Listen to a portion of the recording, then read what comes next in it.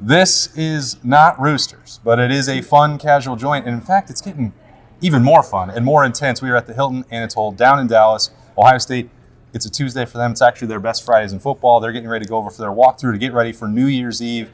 It is the Cotton Bowl quarterfinal, Ohio State and Miami. We are just one day away. And the live show brought to you by Tansky Power Sports and Bryant Heating and Cooling Systems is usually on a Monday, a real Monday. Mm-hmm. This is a true Tuesday. Yep. But it's a day before a game, so we get Nicole Cox's actual game day vibes and nervousness, which I'm very excited for. I'm not nervous. Let's not use the word nervous. You're I'm not? excited. I'm so excited. And so is Buckeye Nation. The fans have been so great here. And we have our 3 winners from the Buckeye giveaway, which has been incredible. And actually, one of the winners is flying in from London. They were there. London? Right. They were I didn't know that we were international. They were visiting family there for Christmas, but she said she ran into multiple Buckeye fans in London. Like, how great is that? We're everywhere. I love it. I mean, just have to enter. Even if there's 25 million people, even if they're in London, you can still win. She traveled there for Christmas. Okay, well, that's Nicole Cox. That's Jeremy Birmingham. I know that he's nervous. I'm not nervous. I'm tired. I like it. I'm a little nervous because I'm always nervous because games. Look, when you go into a game and it could be the final game of your season, you better be nervous. Don't think of it that way. You better be nervous because if you go out and think that tomorrow ain't promised to nobody. Oh. Okay. You know? That's true. But you can have butterflies. You just have to make sure that they fly in formation. Correct. That's words of wisdom from me, Austin Ward. We also have Bobby Carpenter. He will be here to join us shortly. We'll get some final thoughts from him on the matchup with Miami. It's been a long 25 days, Nicole. A busy 25 days. Hope everybody had a wonderful holiday season and Merry Christmas. Yes. I know that you've been very busy traveling, doing everything with the family and Ohio State fans. Yes. But you made it.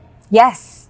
We're so excited to be here. And I think about the team. I know it was 25 days, but I do feel like you have Christmas in there, you have the holidays. I guess my birthday is like mid-month, so I throw that in there. But for them... Does the team celebrate your birthday? No, they don't. But I guess that's what fills up my month. But I know it's a long break, but I feel they're going to be ready. I mean, the pump up, even if it was like a break for like 2 weeks, the pump up for this, like to finally be here, I think they're going to be great.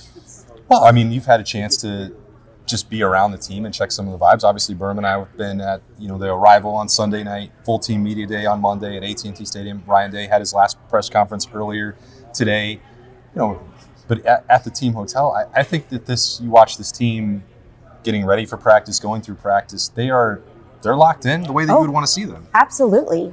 They've proven that to us all year. They have. And even though the Big Ten game didn't go as planned, I feel, like I said in the last show I was on, that just gives them more drive to make sure to win this one. Well, a motivated version of Ohio State's pretty scary, bro. A pissed-off team is what Ryan Day has said repeatedly since the end of that Indiana game. And you can see it. The guys are focused, but it's weird to me because sometimes I think that Ryan Day as a coach, when he sees, and this is similar to the conversation we had back after the Illinois game, when Ryan was not mad in his post-game press conference, despite the fact that Ohio State played its worst half of this regular season in Champaign, when he worst quarter and a half, when he basically third, when he said, "Hey, I didn't need to be upset because they already were. I didn't need to be the guy driving that the motivating train because the team was already mad." So I've thought that this week here in Dallas, when in the interactions we've had with Ryan Day, the way we've seen him, he seems very comfortable.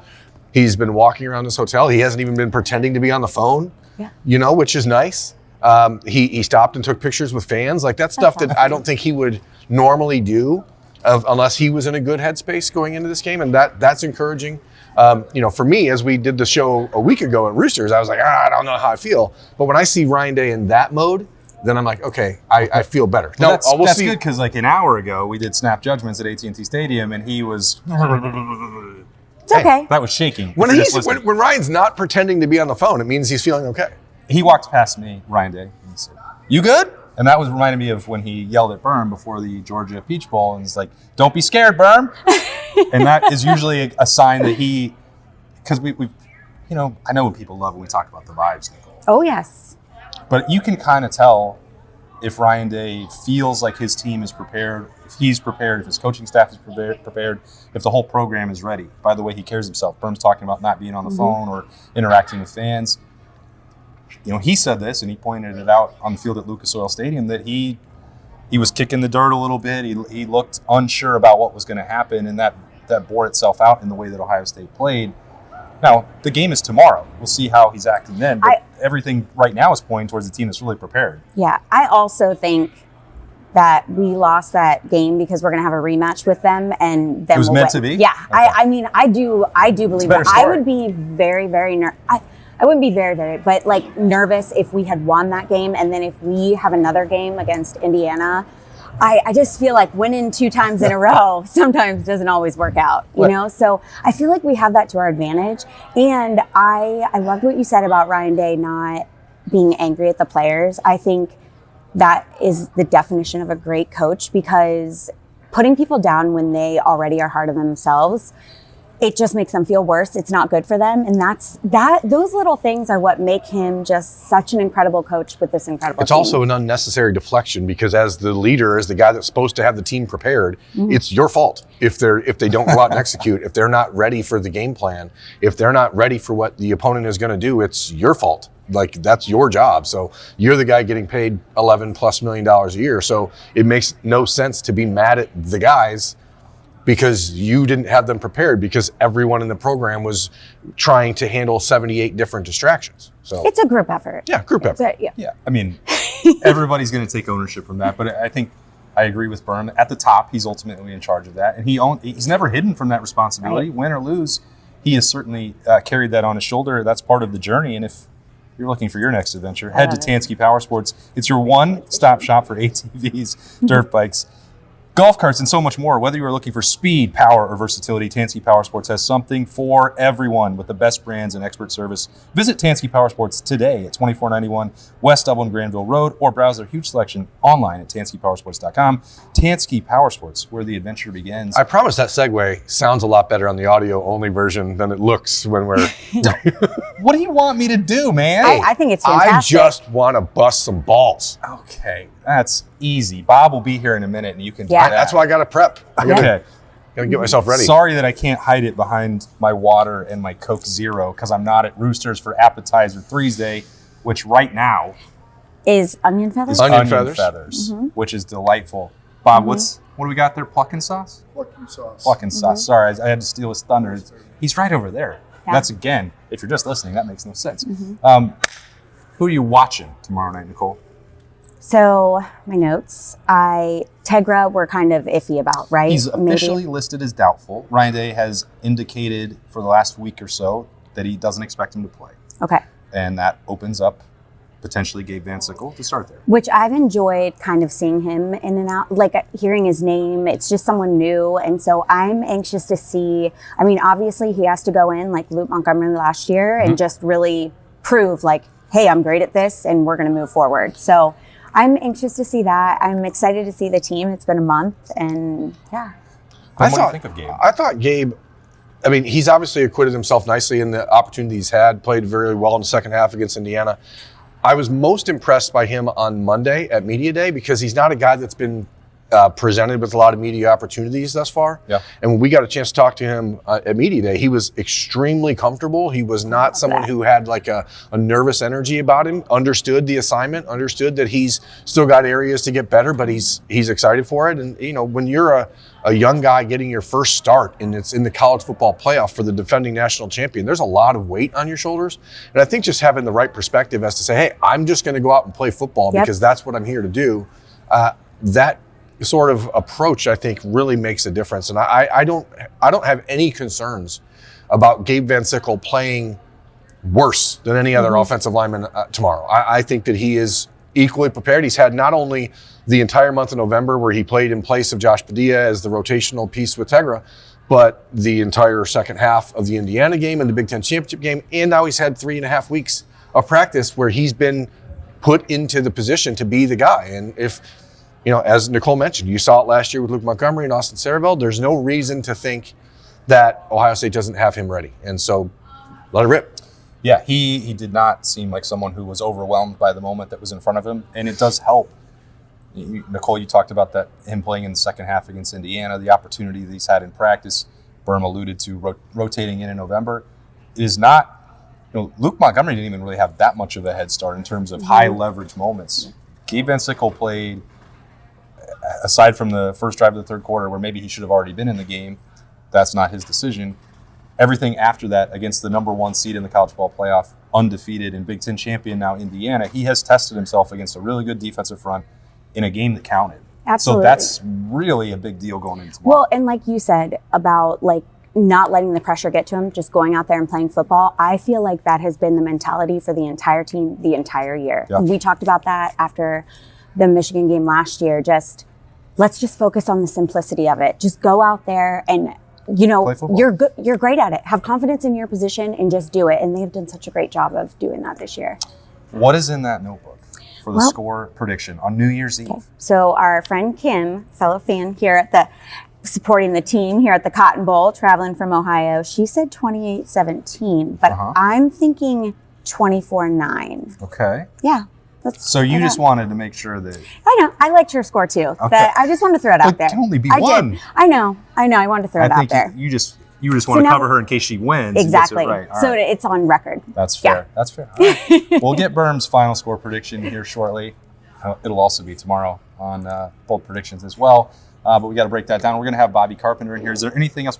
How late is Roosters going to be open? Normal hours. Some of our franchise locations may not have normal hours for New Year's Eve, but we are open in Columbus all day, and normal hours New Year's Day as well. Okay, until the game is over. Yeah. All right. Well, that's important. Yes, of course. Oh, absolutely. Anything else for the No. How many people are down here?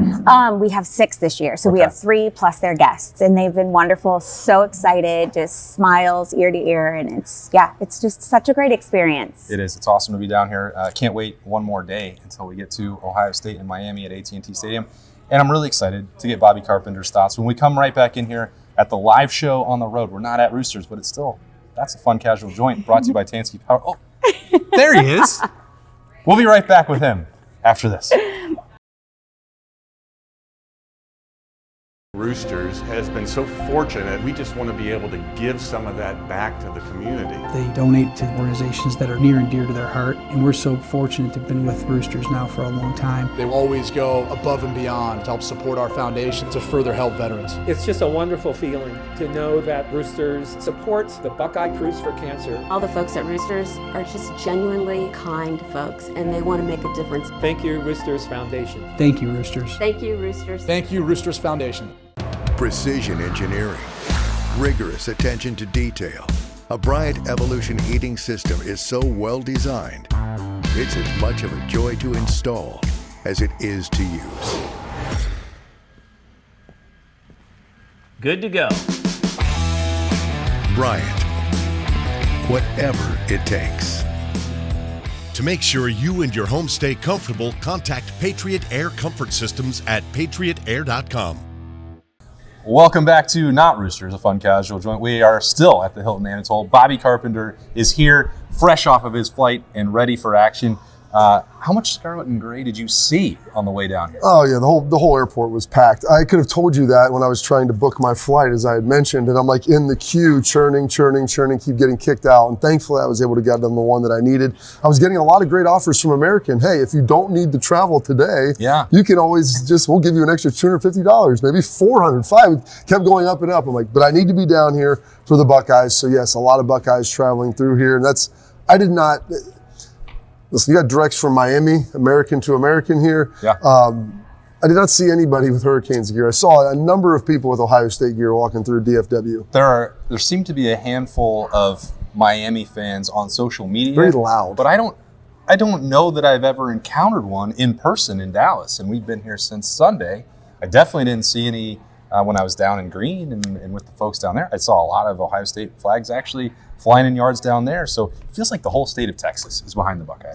Well, there's a lot of Ohio transplants, Midwest transplants in the North Dallas area, and it's represented in some of the recruiting that Ohio State's able to do here. But I always, anecdotally, this was 20 years ago when I got here now, our neighborhood is probably 60 homes, and probably 15 to 20 of them flew Big Ten flags, and probably 5 of those were Ohio State flags. And that's just a small little cross section, but there are a ton of people from the Midwest that are down here. And so, Big Ten folks, I don't know if it's quite like all SEC, all behind everybody, but I think most of the Big Ten can get behind hating Miami. Yeah. Yeah. I like when we're getting anecdotal at the Anatole.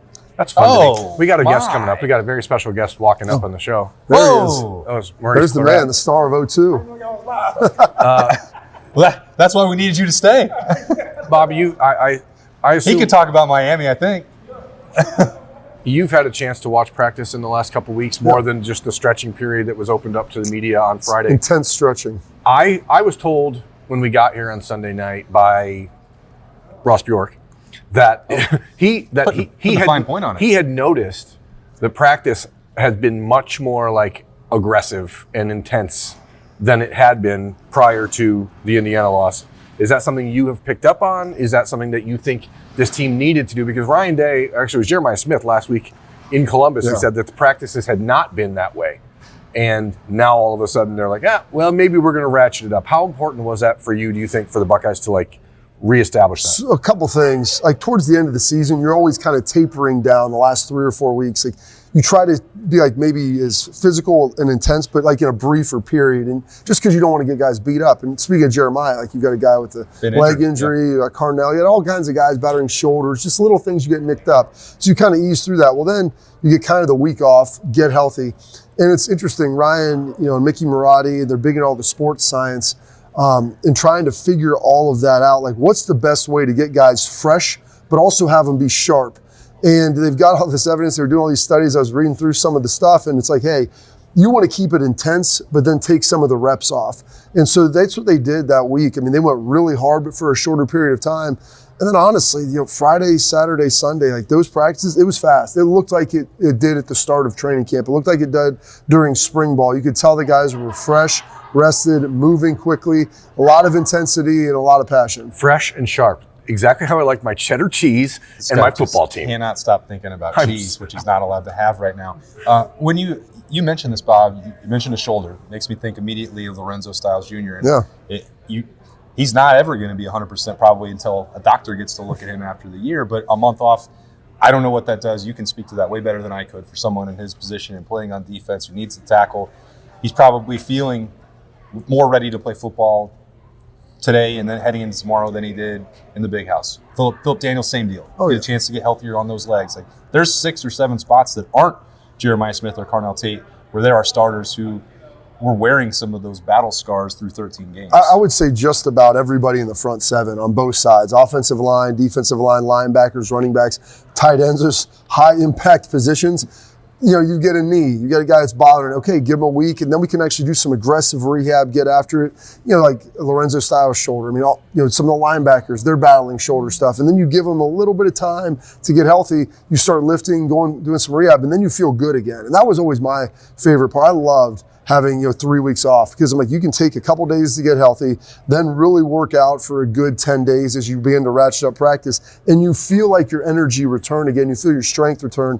Like watching practice, you saw that. And also, these guys want to get that taste out of their mouth, and they've been hitting each other again for a long time, so it feels like they're eager to go at someone else. As you watch this playoff prep happen, you've been in the playoffs in the NFL, you've won a national championship, you had those layoffs. How hard is it to put out of your mind or put in your mind that a team like Miami might come into this game and do something totally different than you've seen them do on tape? As we talked about before, when you have this layoff, you guys talked about installing an entirely new defensive scheme for the Miami National Championship game 23 years ago. They can do that. They can add stuff that no one's seen. How do you prepare for that as a football team now? So I think you prepare for the core stuff that they've been doing, and then you look at their best players. Okay, you look offensively, whether that's Fletcher, Tony. Defensively, you've got the defensive ends. These guys are big physical. The whole defensive line. Thinking, what could they maybe do around this? You don't want to start chasing ghosts and things that are not out there. But hey, what's something they showed that they haven't ran a lot of, but maybe they had some success with, or they've been running this. This would be a natural progression off of that. And so you introduce that. You don't dwell on it. You don't sit here and start putting in plays that, Coach, they've even ran this before. But they could. Well, they could run in theory everything. You don't do anything. You don't get all worried about Michael Taffy pretending to be Arch Manning running fake punts. 100%. Like that's not the things you're going to lean in on. And so I think that they did a good job. And look, you got a lot of experience over there on this coaching staff. Ryan Day's been through this already. Especially on the defensive side with Matt Patricia, everything that he's done, and just the whole. I mean, they got a huge department now of coaches that just watch a lot of film, and you know, Josh Boyer being here, like his impact, I don't think can not be understated with what he's been able to do and just the impact on both sides. He's the biggest mystery man on the staff, Bob. He's really smart. What does he do? And why is he allowed to wear different shoes? Well, I mean, he like almost died. He's the only guy that doesn't wear team-issued shoes, and I'm wondering, does he have some special orthotics that we don't know about? It's a great question. We don't know anything about him. Maybe just never. Well, and I guess I was up in New England with him. He's very. I know his reputation. He's very similar to Matt Patricia. Like they think about things. They coached for a long time together, and then he's also given Ryan like a little bit of a mirror to look at on the other side. Like, well, how would you attack this? What would you do? And so there's been a lot of cooperation. He doesn't really coach on the field that much. He's simply kind of like big picture, big brain scheme guy, kind of like, hey, I'm thinking this, you're thinking that. Hey, these are some things that I've seen them do. And he watches film of like everybody all across the country. So he had a feel. I always love picking his brain of trying to figure out who he thinks was good, who's good in what areas, kind of all throughout the season. So if you are Josh Boyer or you're Bobby Carpenter and you're looking at Miami, we've talked so much about Ruben Bain and Hakeem Mesidor and the defensive line. What's a matchup that you think could be of interest or concern for Ohio State that is not related to the Miami defensive line? Well, one of the things they did do, speaking of those guys, they put them on the same side a couple of times because Bain's a little bigger. They've kicked him inside, put Mesidor on the outside, and kind of done some stuff with that. I do think their nickel back, oh goodness, is he from Auburn, I want to say? Zero. Okay. I can't think of his looking name. At Zero. I don't know Zero. He's their kind of Swiss Army knife. He led them in tackles against Texas A&M. Torrey? Yeah. The kid from Rutgers. Maybe that's Kenyatta Torrey? No. I think so. Number 0, whatever. He had a ton of tackles. He has sacks. Like they bring him off the edge, do a lot of stuff with him. He's pretty good. And then the one freshman who leads their team in picks and had 2 in the game, Fitzgerald, who I kind of looked at before the game. He doesn't play a whole bunch, but you can see he's got a lot of talent, and he's a ball guy. And so he may take they'll work him in a little bit. He's coming due to injury, but when you have a guy who had 2 picks in your last game, you're probably going to find a way to get him on the field a little more. You circle that for sure. Yes. I mean, what you're hoping what you have to get out of this game from Ohio State, I think, is just a crisper Julian Sain, a guy that is seeing the field better than he did against Indiana. Because whatever Indiana did, and I'm not an X's and O's guy, you are. Whatever the Hoosiers did in that first quarter and a half to his brain was something we haven't seen anybody else been able to do to him. And well, they hit it for one. They hit his brain a lot, and that changes things. But it speeds you up.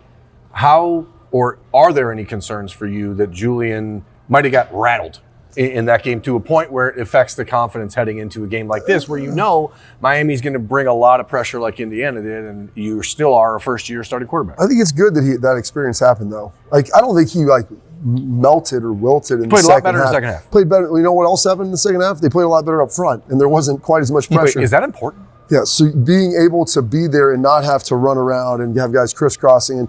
And that's what the one thing that's going to be interesting is how much stunting will Miami do? Because they don't move their guys nearly as much as Indiana because their guys are big and physical and they're better athletes. Win one-on-one. So they can win more one-on-ones. And so the question is do they see what Indiana did and say, let's do that? Or just saying, well, our guys are better, we'll just beat them anyway.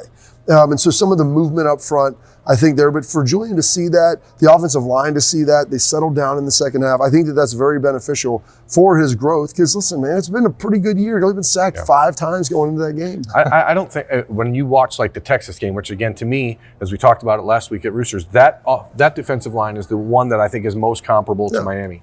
And Texas didn't win a lot of those one-on-one matchups against Ohio State's offensive line. And that was when there had been little opportunity for cohesion. They didn't even win one-on-ones against Will Kazmaier. Right. So, at some point, I think you have to go into this expecting Miami to take that approach that Indiana took. Because not only then do you have better players, you can still use the things that work. So, is there something that Julian can see pre-snap or whatever that makes you feel like, okay, he's got this? When do you know in this type of game that your quarterback is locked in and sees it? I think, well, first of all, you've had much more time to prepare this. You don't have your offensive coordinator who's in the middle of a job situation. They've got national signing. Is that distracting? Well, it's hard. There's a lot of things going on. And so now you've had 3 weeks to look at this. Miami doesn't do a ton on defense. They're really good at what they do. They bring some pressures. They'll lock up their corners outside. But I don't know of what they do is really beneficial against a team like Ohio State. If you're able to block up the front, which is a big if because they're good, like Indiana disguises things. They're very well coached. And I don't know that Miami goes to the lengths that Indiana does to kind of provide a masquerade back there, if you will. Yeah, and Bobby, you mentioned there with offensive play calling and the restructuring, we know that Ryan Day is going to handle that tomorrow night at AT&T Stadium. Brian Hartline also going back down to the field to be closer with the wide receivers. Back to the streets. Going up, back to the streets. Keenan Bailey Keenan's going upstairs. Going upstairs, which so you were in the air during Ryan Day's press conference, but he said that's the new alignment. So that's just your first thoughts on that. It does seem like because of the double duty that Brian Hartline is pulling, that Keenan Bailey has certainly taken on an elevated responsibility going into tomorrow night. I think so, and just his ability to kind of be in that game plan and be involved, seeing it from up top, and like Hart has been there at practice. It's not like people think like, oh, he's been gone, so he's coming in for the game. Right, he's not at practice no, he's out there coaching and working through things, still having conversations, with Ryan. Like there's still, it looks normal. Like you wouldn't think by watching practice that anything is significantly changed about how things are operating during the practice. So putting Keenan upstairs, okay, maybe it's someone who has been in this a little bit more. And Brian, get down to the field. You've been down on the field for a long time. Yeah. You can do that, relate to the players, and be able to talk about what they're seeing out there and coach them through that way. And so that there's going to be a little bit of a trade-off. I don't see that being that big of a change or impact. All right, so all of this conversation has revolved around Miami's defense against Ohio State's offense. Is it just, are we all in agreement, assuming that the Silver Bullets are going to shut down Carson Beck? I know Malachi Tony's good. I know Mark Fletcher can run the football. If you're trying to run between the tackles against K-Mac and Tywan Malone and Kenyatta Jackson and Caden Curry, I don't know that that's a winning strategy. And we know that Carson Beck can turn the football over. So it feels like everything is focused solely on the one side of the football. And it's just like, well, Matt Patricia's going to have that taken care of on the other side. I think so. I mean, but everybody's looking at that D-line versus Ohio State's offensive line. And the other side of it, Ohio State's been really good. They also have to block Arvell Reese and Kenyatta Jackson and Caden Curry and Caden McDonald. Like all these guys that are really good players that were, All-Americans. Yeah. Some of them consensus, some of them unanimous. Like those guys are still all there. They're healthy. They're fresh. And I think a lot of that faith is in Matt Patricia that he's going to put them in the best situation to be able to find a way to manipulate things. And they haven't brought a ton of pressure. I know that people were talking about that with Arvell. Is that something that they do bring some more pressure this game? Because Carson Beck, he has one of the worst ratings when pressured and when blitzed, among all starting quarterbacks in college football. So maybe that is something you do, but it all starts with, can you bottle up that run game, push it back on him, and then when they always be aware of where number 10 is at all times. Yeah. Like understanding that he's the guy who is their home run hitter. He's the one that they want to get the ball to, whether it's handing it to him out of the backfield, letting him wildcat snap it, him throw it, run down the seam, run over, like he does it all. And he's a very talented player. He's probably quicker than fast. He's not the biggest dude in the world, so you got to get body on him. And I mean, I'm telling you, I like number 8 and number 0 running inside out if you can edge that thing up on him. They're pretty good. Not too bad. They may be the best guys he's seen. How much does a game that happened 4 years ago in Ohio Stadium, Oregon beating up Ohio State, bludgeoning Ohio State, bullying Ohio State with Mario Cristobal as their head coach, how much does that game translate to this game? Like, is there anything? The crack toss? That's all they did over and over and over. I think it worked. How they much? didn't really do that much because they got a lot of yards on a few that's plays. True. You just got 70 yards at a time. How much does this coaching staff for Ohio State actually look at that game and expect anything similar? It's a different defensive staff. Like it's a different thing. They run different schemes. Just knowing like how Matt Patricia and those guys all look at it, they flipped it on and took a look and said, "My goodness, couldn't stop the crack toss." Like, how will we defend why don't we get out of one play? Why don't we get out of man coverage number one, or we can go to too deep on the like? There's a multitude of things that could have been done, and they have answers for that. I'm sure that they gave it a quick glance, Armstrong, and then kind of moved on. Yeah. All right. We've talked about this game so much. I am just ready to get to Wednesday night, New Year's Eve, 6:30 Central Time kickoff. And I'm really ready to hear what you think the score is going to be, Bob. Whew. Buckeyes are favored right now by 9.5. The over-under is 40.5. Yeah. I would say 24-10. 24-10. Okay. Maybe get that night. Maybe get a field goal in there. It is a playoff. You have to win by 1, and that's all that matters. Yeah, but I think it'll probably feel a little more one-scorey than that. Yeah, and that's because I think if Ryan Day gets a 2-touchdown lead, then you might see some more of the same methodical pace and like get to the finish line because you still are going to have to play. I think pace will change. When you have a defensive line like that, sometimes let's try to keep them on the field for 12 plays. Let's go 3. Once you get a first down, boom, let's go a little bit. Let's keep them on the field so they can't sub. Let's chip them. You run some lateral stuff. There's a bunch of things you can do because I don't think they're as deep as Ohio State either. And so those guys are really good, but can they be really good for 60 plays? We'll find out. Berm? I have Ohio State winning 20-10. I don't see this as like mixed extra point or 2 field goals. 2 field goals. I got 2 field goals for Jaden Fielding. I think he's kicking indoors. He'll be fine. He's kicked I get it. Kicked He indoors. missed the field goal indoors 3 weeks ago. I understand. $20-10. They have the weird, coconut husk dirt there. Yeah, that coconut husk is bizarre at Lucas Oil. Lucas Oil. Maybe he has a coconut allergy. Maybe that was the problem. Nobody asked. I Nobody didn't ask thought him to ask. at media day. Gosh, I wasted that opportunity. I just don't see Miami being able to repeatedly move the ball in this game unless they come out and do something completely different offensively. Because, they're going to run the ball. Mark Fletcher's a good running back. They've got a good offensive line. But as you said, it's Arvell Reese and Sonny Styles and Caleb Downs. To me, that, you don't have to just beat Kenyatta Jackson or Edric Houston or Caden McDonald, who says he will not be blocked in this game. And he's not going to be. And you have to be able to stop the other guys. And you have great tacklers in the secondary at Ohio State. Lorenzo Styles, Jalen McClain, Caleb Downs. I have a real tough time believing that Ohio State won't apply pressure because, as you said, Carson Beck is among the worst quarterbacks in college football when he's pressured. And then you have those other guys. And I think those other guys are the difference maker. And that's why I don't think Miami can effectively score against Ohio State. We get to find out tomorrow night. Again, that is 6:30. That is ESPN, AT&T Stadium, Ohio State and Miami. The Buckeyes are going to win this game 31-10. That is the expectation right here from me. I am just Austin Ward, though. He's Bobby Carpenter. That's Jeremy Birmingham. Nicole Cox is now over there where Bob was earlier. We appreciate her whole staff and team at Roosters for getting everything ready for a New Year's Eve party back in Columbus. We will have full coverage on the ground here at 97.1 and 10 TV and 10 TV Plus of the Cotton Bowl and what's going to come after that, which is the Fiesta Bowl, because I just said the Buckeyes are going to win by 21. Berm's going back to the desert, back to his Did you know that grounds. Berm used to live in Phoenix? Oh, yeah. Wonderful place. I don't know. He was a culinary man, I believe. He's an expert in the culinary arts. I just really, really hope we get to go to Phoenix. It's a wonderful city.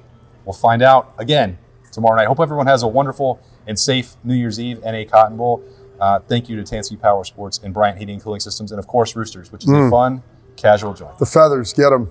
For Bob and Berm and Nicole, I am Austin. We'll talk to you tomorrow.